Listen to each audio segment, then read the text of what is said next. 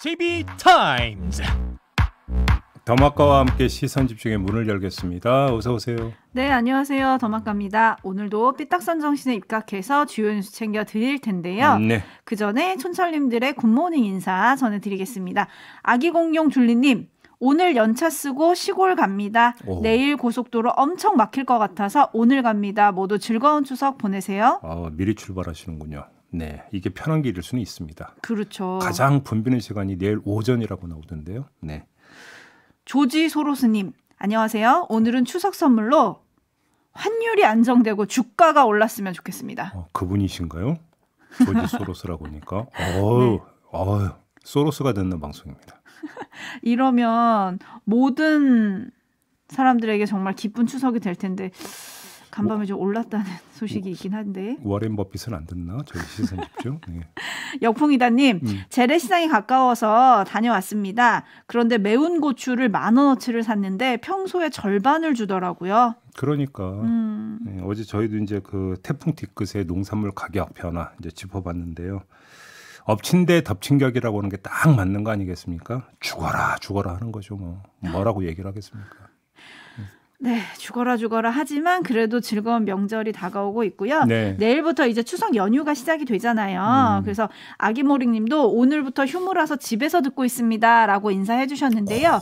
특히 이번 추석 연휴가 코로나 이후에 3년 만에 맞는 거리두기 없는 첫 명절입니다. 그렇죠. 그래서 그동안에 못 간 고향 가야지 하시는 분들도 계실 테고, 하지만 늘 그렇듯이 가고 싶어도 못 가는 분들도 계시기 마련이잖아요. 네.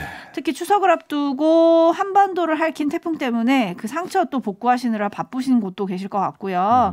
그래서 저희가 오프닝에서 JB가 잠깐 예고했지만 잠시 후 3부에서 우리 촌철님들의 추석 계획을 직접 목소리로 들어보려고 합니다. 네. 어떤 계획이 있으신지 일단 짧은 문자 50원, 긴 문자 100원의 정보 이용료가 부과되는 문자 메시지 샵 8001 그리고 스마트 라디오 미니 게시판에 남겨주시면 네. 저희랑 시간이 허락하는 대로 최대한 많은 분들의 목소리를 직접 들어보도록 하겠습니다. 네네. 많은 분 참여 부탁드리겠고요. 네. 그리고 시선 집중의 추석 계획은 뭡니까? 물으시는 분들도 계신데요. 저희는 방송하죠. 추석 연휴 동안 특집으로 여러분들 만나려고 하니까요. 네. 기대해 주시면 좋겠습니다. 네, 알찬 특집 준비하고 있으니까 많이 함께해 주시기 부탁드리면서 AS 타임 가겠습니다. 네, 어제 더불어민주당이 윤석열 대통령의 배우자 김건희 여사와 관련한 의혹을 검증하기 위한 특검법을 발의를 했습니다. 네. 국회 문턱을 넘어도 대통령이 거부권을 행사할 수 있기 때문에 실제 실행 효과보다는 발의 효과를 노리는 거 아니냐. 이미 JB타임즈에서 저희가 짚어드린 바가 있는데 일단 발의를 했고요. 1차 관문은 법사위가 될 것 같은데 어떻게 될까요, JB?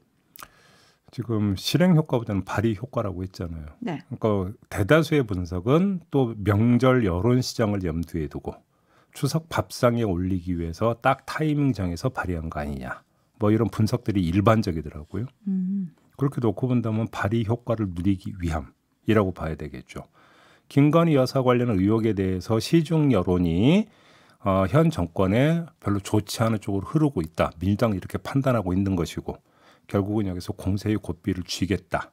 그래서 그 매개로 지금 특검법을 들고 나온 것으로 봐야 될 것 같은데 문제는 추석 연휴가 끝난 다음에 실제로 발의 이후에 처리 시도로 들어가느냐. 요걸 봐야 되는 거 아니겠습니까? 근데 어차피 이거는 이제 원내 지도부에 일임을 했기 때문에 조율이 필요한데 바로 그 처리 시도에 들어갈 수 있을까 싶은 생각이 좀 들기는 합니다. 왜요? 왜 그러냐면 9월 말 정도면 이제 국정감사 일정이 시작이 되기 때문에 그 물리적으로 과연 가능하겠느냐라는 문제부터 좀 짚어봐야 되는 부분이 있는 것 같습니다. 네. 그러면 일단 시동은 걸었는데 속도를 내느냐 안 내느냐 요걸 좀 지켜봐야 되겠군요. 그리고 특히나 법사위원장은 지금 국민의힘 의원이 맡고 있지 않습니까? 그렇죠. 네, 이 부분들도 함께 또 고려가 돼야 되겠죠. 네, 법사위는 이번에도 좀 시끄러울 것 같은데 여튼 시선 집중해 보도록 하겠습니다. 예. 뉴스와 분석이 함께하는 JB타임즈 오늘 주목할 뉴스들 챙겨드리겠습니다. 네. 첫 번째 뉴스 어떤 건가요? 수원지검 형사 6부가 이화영 킨텍스 대표사의 집무실과 거주지 그리고 경기도 북부청 등을 어제 전격적으로 압수수색을 했습니다. 네. 혐의가 뭐냐면요. 2019년 1월부터 킨텍스 대표이사로 자리를 옮긴 뒤인 지난해 9월까지 쌍방울 법인카드로 1억여 원을 쓴 혐의가 있다. 이거라고 하는데 문제는 이 기간이 이화영 대표가 공무원 신분이었다는 겁니다. 경기도 공무원이요? 평화부지사를 지냈던 시기에 쌍방울이라고 하는 민간업체의 법인카드를 받아서 1억여 원을 긁었다라고 한다면 그거는 뇌물에 해당한다라고 하는 게 지금 영장에 기재되어 있는 내용이라고 하는 건데요. 중요한 것은 이 자체도 상당히 중요한 부분이긴 하지만 더 중요하고 더 그러니까 주목해서 봐야 되는 지점은 이 수사가 어디까지 확대가 될 거냐. 더 간단히 말해서 이재명 대표로까지 확대가 되는 것이냐. 이게 이제 가장 최대의 이제 주목거리 아니겠습니까? 네, 그렇죠. 관련해서 좀 두 가지 점을 좀 봐야 될 것 같은데요. 이화영 그 대표가 쌍방울 법인카드를 받았던 데는 무슨 특별한 인연이 있었기 때문 아니겠습니까? 그게 네. 뭐냐? 이게 2017년 3월부터 경기도 평화부지사가 되기 전인 2018년 6월까지 쌍방울 사회이사를 지냈다라는 거거든요. 이화영 대표가. 네. 근데 이른바 이재명 대표 변호사비 대납 의혹 있지 않습니까? 네. 이 의혹에 등장하는 인물이 이태형 변호사인데 이태형 변호사도 같은 쌍방울 계열 사회이사를 지냈다라는 겁니다. 그러면 여기서 뭔가 연결고리가 있는 것이 아니냐라고 하는 점. 네. 요게 지금 하나 그러니까 주목해서 봐야 되는 부분이고요. 또 한 가지가 있는데 2018년 11월에 경기도가 민간 대북교류 단체인 아태평화교류협회와 공동으로 아시아 태평양의 평화 번영을 위한 국제 대회라고 하는 걸 개최를 해요. 네. 여기에는 북측 인사들도 상당수 참석을 하는데 이때 쌍방울이 아태협을 거쳐서 행사 비용 수억 원을 지원을 했다라는 이야기도 있다라는 겁니다. 네. 이 모든 것들을 종합을 해보면 이화영, 이태형, 그다음에 대북 관련 사업 이 모든 것에 걸쳐 있는 공통분모는 하나다. 이재명 대표라는 겁니다. 그래서 이 모든 게 결국은 이재명 대표로 가기 위한 징검다리 아니냐. 네. 지금 이런 분석이 나오고 있는 건데 징검다리로 이제 건너뛸 만큼의 얼마만큼 이제 증거 확보를 하고 있는 거냐. 이걸 좀 체크를 해봐야 되는 것이겠죠. 아무튼 관련 수사가 이제 본격화되고 있는 것 같다. 요즘은 이야기를 할 수 있을 것 같습니다. 네, 어제는 또 이재명 대표의 배우자 김혜경 여사가 네. 검찰에 출석해서 조사를 받기도 했죠. 그래서 추석 밥상에 이재명 대표의 사법 리스크 그리고 김건희 여사의 특검법 이게 지금 나란히 올라가게 생겼어요. 그렇습니다. 아무튼 그 이재명 대표를 향한 수사가 몇 갈래가 있었는데 그 몇 갈래의 수사 같은 경우는 사실은 대선 과정에서도 그 논란이 됐고 쟁점이 됐던 부분이기 때문에죠. 익숙한 것들이거든요. 네. 익숙한 것들이기 때문에 사실은 그만큼 파장이 컸다라고 볼 수는 없는 부분이 있어요. 그러려니 하고 이제 넘어갔던 부분들도 있는 거죠. 여론에서. 근데 쌍방울 문제 같은 경우는 좀 새롭게 나오는 부분들이 있기 때문에 이것이 여론에 어떤 영향을 미칠 것이냐. 수사의 진척과는 또 별개로 요걸 좀 함께 봐야 되겠죠. 네, 한 며칠 전부터 권성동 원내대표를 비롯해서 여당 지도부가 쌍방울 얘기를 좀 했었죠. 그때 이재명 대표의 반응은 쌍방울 내의는 좀 입어봤다. 속옷 사서 입은 거죠. 네네네, 뭐 그렇게 반응을 하긴 했었는데요. 앞으로 이 수사가 어디까지 미칠지 한번 지켜보도록 하겠습니다. 네. JB타임즈 다음 주목할 뉴스는 어떤 건가요? 대통령실 인사 개편 결과가 나왔는데요. 어제 제가 전할 때는 행정관급이 20여 명이 교체가 된다 이렇게 말씀을 드렸는데 50여 명에 다른다고 합니다. 규모가 커지는 거죠? 이 정도면 엄청난 숫자라고 봐야 되는데 대통령실이 밝힌 그 이유가 좀 이해가 좀 잘 안 되는데요.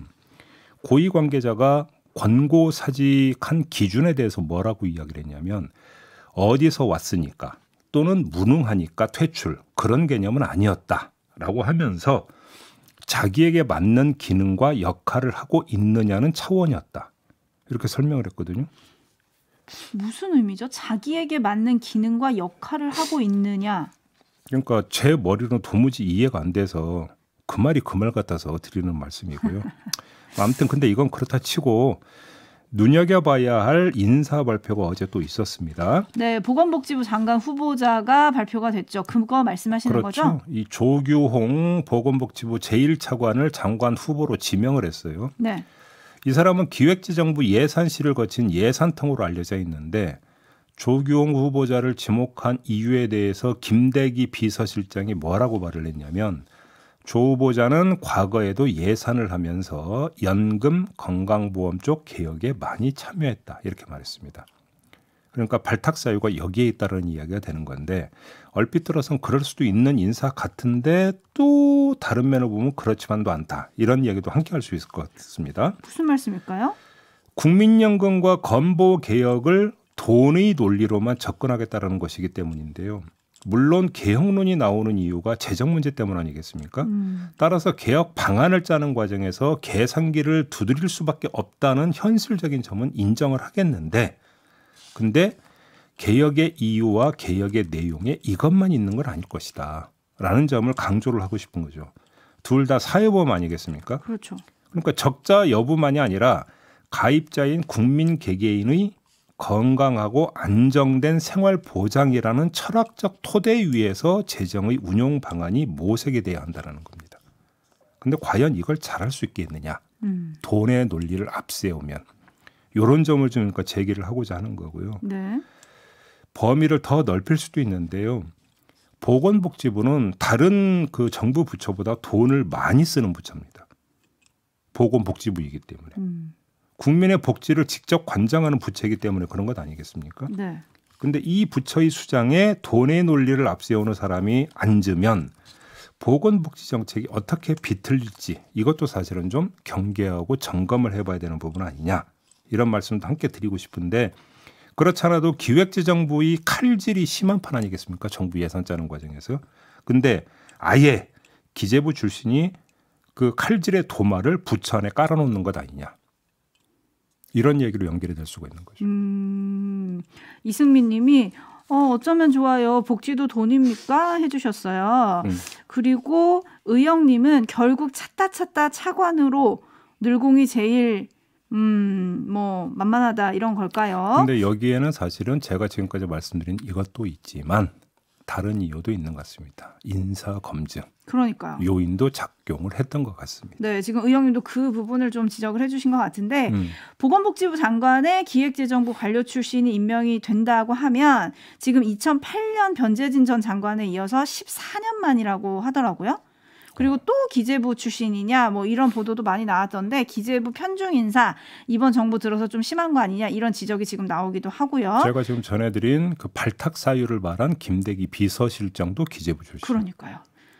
그리고 지금 JB가 지적한 대로 일각에서는 뭐 의료 서비스 확대가 긴축으로 이어질 수 있다. 그리고 보건복지 부분의 서비스를 민간에 이양하거나 국가의 책임을 줄이는 방향으로 정책을 진행할 가능성이 있다. 이런 우려가 또 벌써부터 제기가 됐더라고요. 아니 그러니까 예산실 출신이 예산통이라고 한다면 뭐 최고의 모토로 삼을 가능성이 있는 게 재정 효율성을 아무까 최고의 모토로 삼을 수 있는 건 아니겠습니까?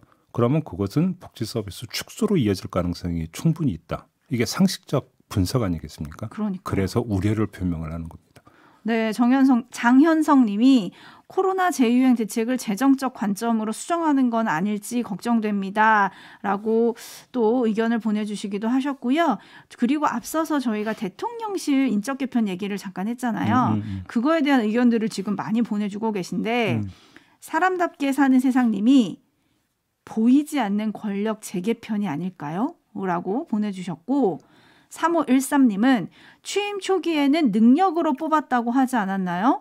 근데 이제 와서 자기에게 맞는 기능과 역할이라니 좀 오락가락 헷갈립니다. 라는 의견 보내주셨고 현님은 이런 대규모 아까 행정관급 인사들이 50여 명이 지금 그렇습니다. 공고 사직됐다. 네, 정리가 됐다고 하셨잖아요. 네. 그랬더니 현님이 속가내기인 것 같습니다 해주셨고 사나야님은 추석 전에 점점점 해주셨는데 아침에 한 조간을 보니까 친척들이랑 가족들한테 대통령실 들어갔다고 다 자랑했는데 이번 추석에 가서 뭐라고 해야 되냐. 약간 이런 한숨 섞인 불만을 토로하는 권고사직 당한 분도 계셨다. 뭐 이런 보도도 있긴 하더라고요. 이런 보도도 있던데요. 딱 3개월 일했잖아요. 네. 그리고 3년간 취업 제한 대상이 되거든요. 아, 그렇죠. 동일 어떤 분야에 대해서는. 그렇죠.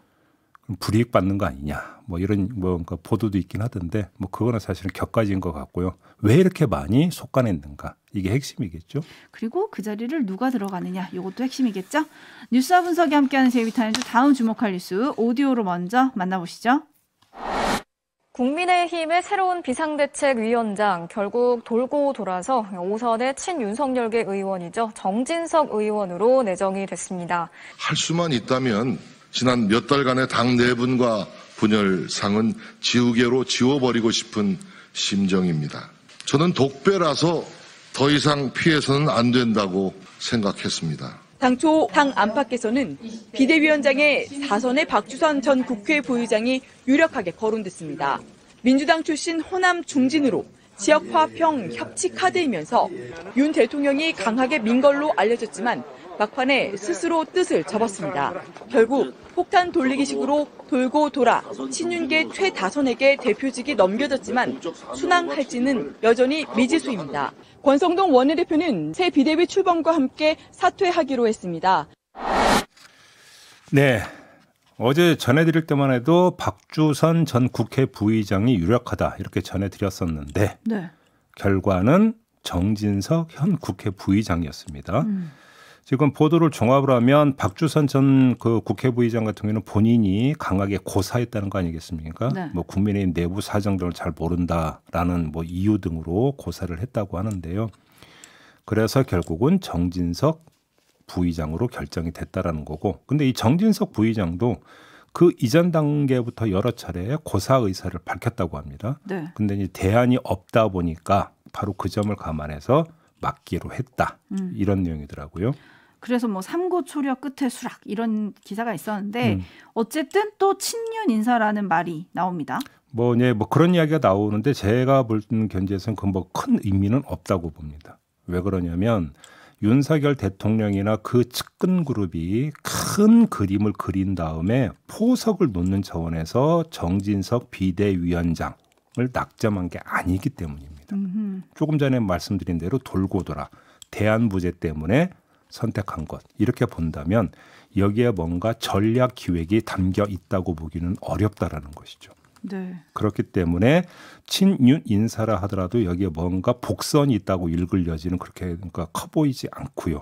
또 한 가지는 비대위가 무슨 일을 지금 크게 벌일 그런 계제가 아니기 때문에 이런 점에서도 뭐 전략이나 구상이나 하는 말이 성립될 여지는 커 보이지 않는다. 그러니까 이렇게 보고요. 그래서 왜 정진석 비대위원장이냐 이거보다는 오히려 주목할 대상은 포스트 권성동 아니냐. 이렇게 봐야 될 것 같습니다. 권성동 원내대표가 정말 오늘 원내대표직 사퇴를 선언한지 일단 봐야 되겠고요. 사퇴를 한다면 누가 그 자리를 넘겨받느냐. 이건 상당히 중요한 관심사가 될 것 같습니다. 그렇죠. 윤석열 대통령 입장에선 원내대표 자리는 그냥 넘길 자리가 아니거든요. 원내 과반 그 야당을 어떻게 상대하느냐에 따라서 국정 기반이 달라지는 점이 있고요. 거기에다가 투톱 가운데 한 명인 당 대표는 누가 될지 현재로서는 미정의 상태 아니겠습니까? 그렇죠. 따라서 원내대표는 자신과 잘 통하는 사람이어야만 하는 것이죠. 그렇기 때문에 원내대표 선출 과정에서 윤심이 작동할 이유와 필요는 차고 넘친다. 이렇게 봐야 되는 건데 그래서 윤심의 선택 결과가 뭐냐. 이게 주목거리가 되는 거죠. 네, 그래서 거의 모든 언론이 윤심 찾기에 대한 보도를 내놨던데요. 네. 원내대표 선거의 표심은 사실 의원들이 선거 중에 제일 어렵다 이런 얘기를 하기도 하더라고요. 표심을 예측할 수가 없다 이런 얘기를 하던데 여기 또 친서 관계도 작동을 하기 때문에. 네, 그래서 윤심이 가장 큰 변수인 것 같고 그거에 종속되는 변수인 것 같긴 한데요. 초재선들의 마음이 이번 판을 흔들 거다 이런 보도가 또 있더라고요. 어차피 이제 아마 최대 그룹을 형성하고 있는 게 아마 초선 그룹일 거고요. 숫자로 따지면. 그렇죠. 그런데 이제 그 초선 그룹 같은 경우는 지금 어떤 윤심을 받아서 행동을 같이 하는 부분들이 좀 있지 않습니까? 몇몇 초선 빼고는 이준석 대표 갖고 왔던 몇몇 초선 빼고는 그런데요. 그렇기 때문에 결국은 초선이 누구를 선택하느냐 그 뒤에 윤심이 작동하고 있고 그 결과가 원내대표가 누가 되느냐를 결정할 가능성이 있다. 이렇게 봐야 되는 건데 뚜껑을 열어봐야 되겠죠. 아무튼 그 결과는 좀 열어보면 윤회권, 구와 신 이게 또 다시 교통 정리가 되는지 이것도 대충 이제 개통도가 나오게 되겠죠. 네. 자, 이렇게 마무리하겠습니다. 담화가 수고하셨어요. 고맙습니다.